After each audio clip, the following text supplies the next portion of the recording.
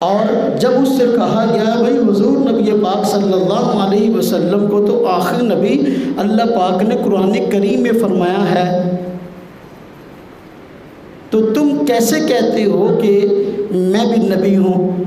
اب اس نے ایک نیا ڈھونگ رچا لیا، کہتا ہے کہ بھئی میں نبی ہوں لیکن میں ذلی اور بروزی نبی ہوں، میں ذلی اور بروزی نبی ہوں۔ نئی بات گھڑ لی، ذل سے ذل کہتے ہیں سائے کو۔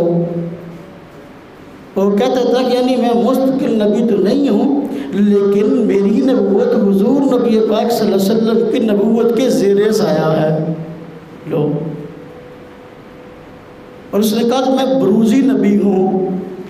بروز کا مطلب یہ کہ بروز کا مطلب ہوتا ہے ایک بندے کی روح کا دوسرے جسم کے اندر داخل ہو جانا۔ یہ بھی دعویٰ کر دیا کہ حضور نبی پاک صلی اللہ علیہ وسلم کی روح میرے اندر داخل ہوگی۔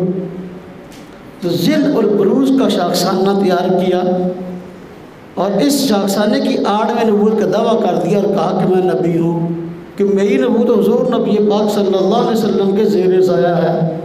سوال یہ ہے، اگر آپ صلی اللہ علیہ وسلم کے زیر سایہ نبوت کا سلسلہ چلنا ہوتا تو پھر صحابہ کرام میں کتنے بے شمار جلیل القدر صحابہ کرام موجود تھے، پہلے تو وہ نبی ہوتے نا۔ حضور نبی پاک صلی اللہ علیہ وسلم نے سیدنا عمر بن خطاب رضی اللہ عنہ کے متعلق نہیں فرمایا اگر میرے بعد کوئی نبی ہوتا تو عمر بن خطاب ہوتے؟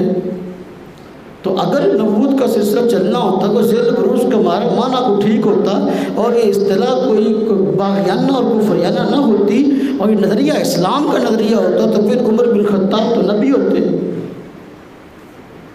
آپ کے بیٹے حضرت ابراہیم بچپن میں فوت ہو گئے تو آپ نے فرمایا اگر زندہ رہتے تو نبی ہوتے، چونکہ آپ کے بعد کسی نبی نے آنا نہیں تھا اس لیے فوت ہو گئے۔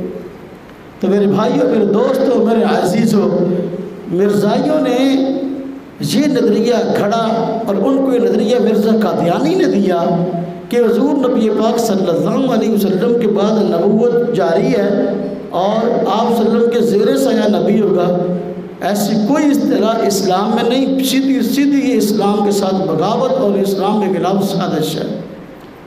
اسلام کی کسی کتاب کے اندر ایسا نہیں لکھا، نہ قرآن میں نہ احادیث میں کہیں نہیں لکھا ہوا کہ حضور نبی پاک صلی اللہ علیہ وسلم کی زیر سایہ نبی ہوں گے۔ یہ سارے کا سارا قادیانیوں کا فراڈ ہے۔